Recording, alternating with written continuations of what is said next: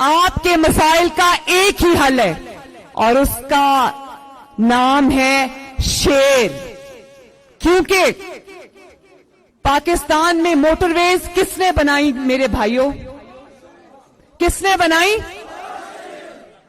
پاکستان کے اندر سڑکوں کے جال گلگت بلتستان کے اندر بھی کس نے بچھائے؟ ہزارہ موٹر وے کس نے بنائی؟ لوڈ شیڈنگ کس نے ختم کی؟ دہشت گردی کس نے ختم کی؟ لواری ٹنل کس نے بنائی؟ دیامر بھاشا ڈیم پر کام کس نے شروع کیا؟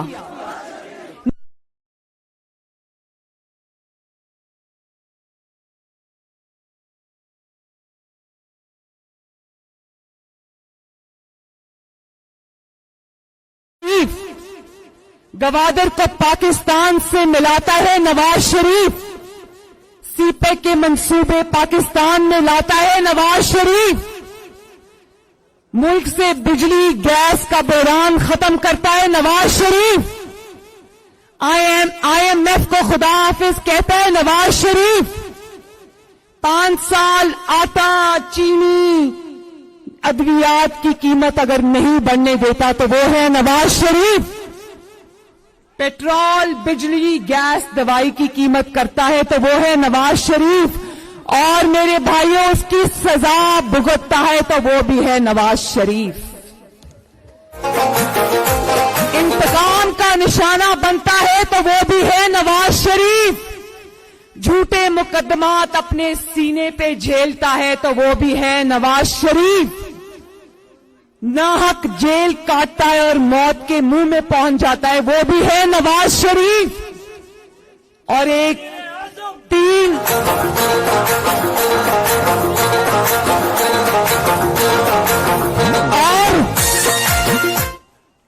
اقامے پر نکالے جانے کے بعد ظلم سہنے کے بعد 72 سال کا بدترین انتقام سہنے کے بعد اگر وہ آج بھی کوئی انسان کھڑا ہے جھکا نہیں ہے تو وہ بھی ہے نواز شریف. اور نواز شریف کس کے لیے کھڑا ہے؟ اپنے لیے نہیں کھڑا. وہ اب 70 سال کی عمر میں ان کو اتنی تکلیفیں اٹھانے کی ضرورت نہیں ہے. گوپس کے میرے بھائیوں اگر وہ کھڑا ہے تو آج بھی پاکستان کے اور گلگت بلتستان کے عوام کے لیے کھڑا ہے. چاہتا ہوں ایک نعرہ لگانا چاہتا ہوں, قاضی کو سنانا چاہتا ہوں, ووٹ کو عزت دو, ووٹ کو عزت دو, ووٹ کو عزت دو, ووٹ کو عزت دو, ووٹ کو عزت دو. اور یہ بھی دیکھو میرے بھائیوں کہ نواز شریف کو جن مخالفین کا سامنا ہے وہ بہت اخلاق سے گرے ہوئے لوگ ہیں. بجلی, روٹی, گیس, دوائی, علاج, سڑکیں کچھ بھی نہیں اور ایک ہی کام آتا ہے اور اس کا نام ہے بد زبانی. ایک ہی کام آتا ہے جس کا نام ہے انتقام. ایک ہی کام آتا ہے جس کا نام ہے نواز شریف سے حسد. اور بھائیوں پچھلے 3 سال سے نواز شریف کو جیلوں میں بھی ڈال دیا, قید بھی کر دیا, اس کو ملک سے باہر بھی بھیج دیا, اس کی جماعت کو انتقام کا نشانہ بھی بنایا اور آج اس کی آواز بھی بند کر دی. لیکن ہر جگہ ایک ہی آواز اللہ تعالیٰ کے فضل و کرم سے گونج رہی ہے اور اس آواز کا نام ہے نواز شریف.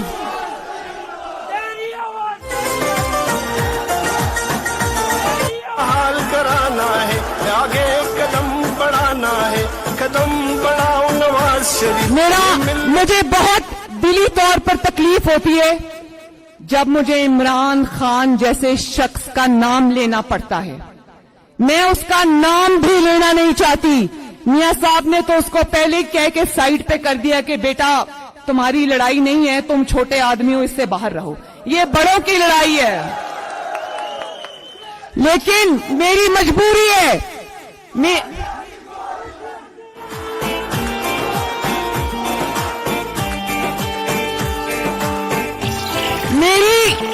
میری مجبوری ہے کہ